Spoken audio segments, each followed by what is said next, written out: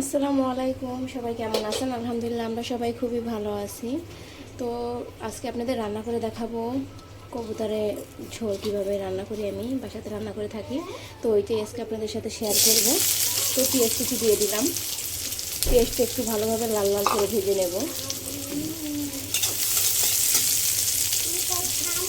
এটা কিন্তু খেতে খুবই মজা। আর কবুতরটা সবসময় রুগীদের জন্য ঝোল ঝোল করে রান্না করলে বেশি ভালো হয় কবুতর। ওর জন্য আজকে আমার মেয়ের মাথা থেকে গেছে, ওর জন্য রান্না করবো, কীভাবে আমি বাসাতে রান্না করে থাকি সেটি আজকে আপনাদের সাথে শেয়ার করব। তো পেঁয়াজটা আর গরম মশলাটা আমি একটু লাল লাল করে ভেজে নেব। পেঁয়াজটা আমি লাল লাল করে ভেজে নিচ্ছি। এবার দিয়ে দেবো আদা রসুন পেস্ট, একটু দিয়ে দেবো পানি,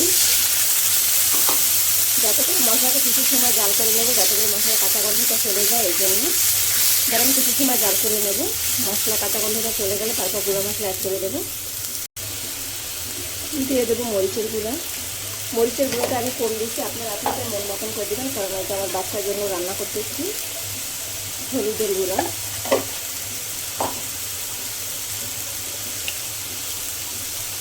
জিরা গুঁড়া, আর দিয়ে দেবো স্বাদ মতো লবণ। এবারে মশলাটা কিছু সময় ভালোভাবে কষিয়ে নেব, যাতে করে মশলা কাঁচা গন্ধটা চলে যায় আর এই গুঁড়ো মশলা গন্ধটাও চলে যায়। মশলাটা কিন্তু আমি ভালোভাবে কষিয়ে নিচ্ছি। এরপরে দিয়ে দেবো আলু,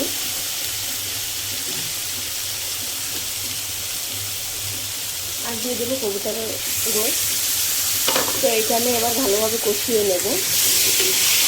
এই দুটো একসাথে দেওয়ার কারণ কবুতরের গোশতটা কিন্তু তাড়াতাড়ি সিদ্ধ হয়ে যাবে, একদম কচি কবুতর, এই জন্য দুটো একসাথে দিচ্ছি। এবার আমি ভালোভাবে কষিয়ে নেব।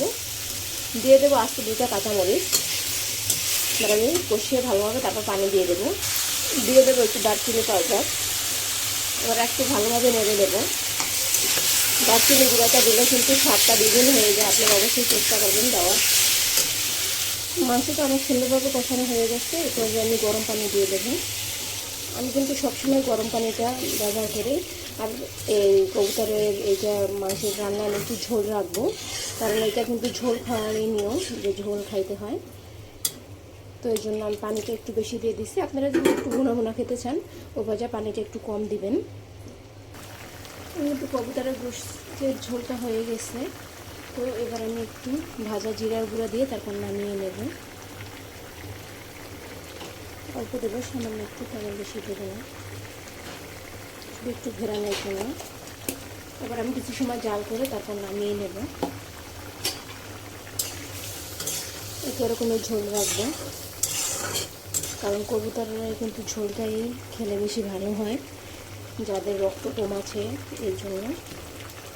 কবুতর খাওয়া ভালো, এতে রক্ত হয় অনেক। তো এবার আমি তরকারিটা নামিয়ে নেব। দেখেন আলুটাও সিদ্ধ হয়ে গেছে কত সুন্দর।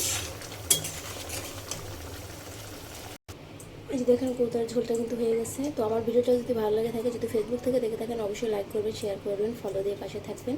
আর যদি ইউটিউব থেকে দেখে থাকেন তাহলে অবশ্যই লাইক করবেন, সাবস্ক্রাইব করে বেল আইকনটি বাজিয়ে দেবেন, যাতে করে আমার পরবর্তী ভিডিওটা আপনাদের কাছে সবার কাছে পৌঁছায়।